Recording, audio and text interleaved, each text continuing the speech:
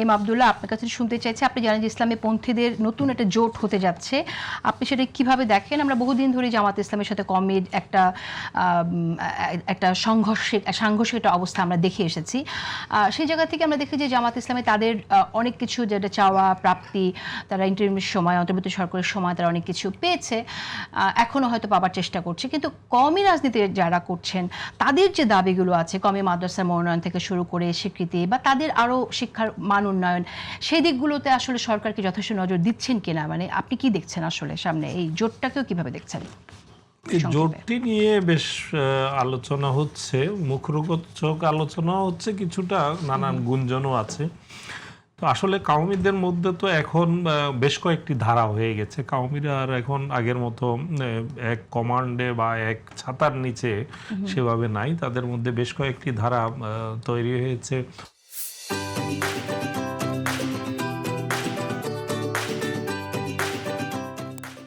মামুনুল হকদের একটি ধারা, চরমোনাই পীরদের একটি ধারা, আবার হেফাজতের যিনি মূল আমির এখন দায়িত্ব পালন করছেন, আপনি দেখেছেন নির্বাচনের সময় তার অবস্থান দেখেছেন যে মামুনুল হকদের বিপরীতে গিয়ে বলেছেন যারা জামাতকে ভোট দিবে তাদের ঈমান থাকবে না, এই ধরনের ফতোয়া আমরা তখন শুনেছি।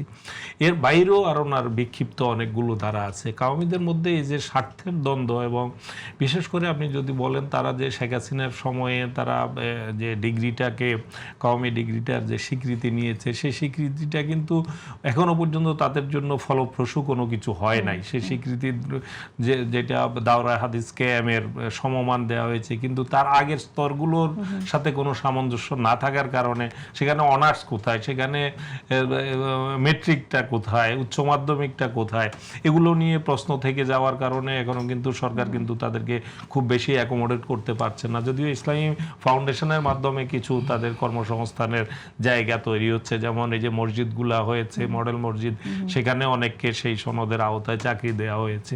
তো এই যে রিসেন্টলি যে জোটটা হচ্ছে, এই জোটের বিষয়টা এখনো কিছুটা রহস্যাবৃত।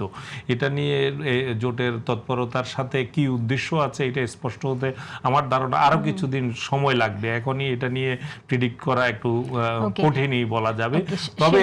তবে জুলাই আন্দোলনে তাদের যে কন্ট্রিবিউশন, এটাকে অবশ্যই সম্মান জানাতে হবে।